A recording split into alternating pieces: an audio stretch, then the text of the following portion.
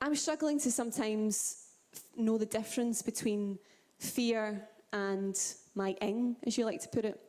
So when I'm meditating, sometimes I think, oh, there's this voice, and I think, okay, that's the right way to go. But it turns out I think that's actually fear that's been speaking. I'd like to know how I know the difference. Yeah. This question I'm asked at least once a talk. It always comes up. What's the difference between fear and my inner guidance system, is what she's asking.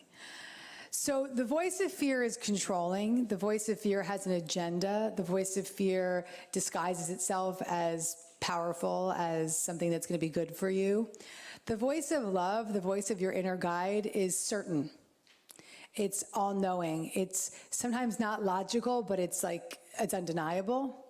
It's that voice where you're like, this doesn't make sense, but it feels really good. It has no agenda, it has no attack, it has no separation, it has no judgment. It's just love. The way that you begin to know that voice more intimately and connect to that voice more closely is through daily prayer, daily meditation. Through the prayer you're asking, through the meditation you're listening, and you get into a dialogue where you're in constant communication with that voice. And that's what I would hope for you to have.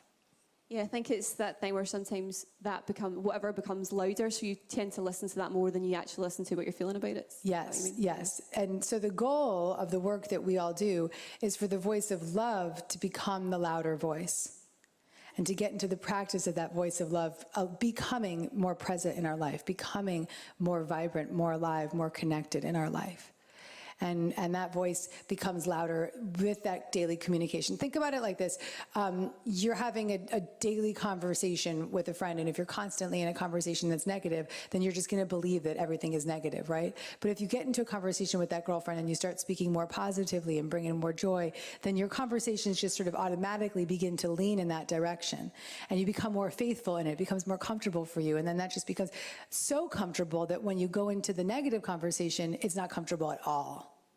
That's the same thing that goes on in your mind. It's your practice. Thank you. You're welcome.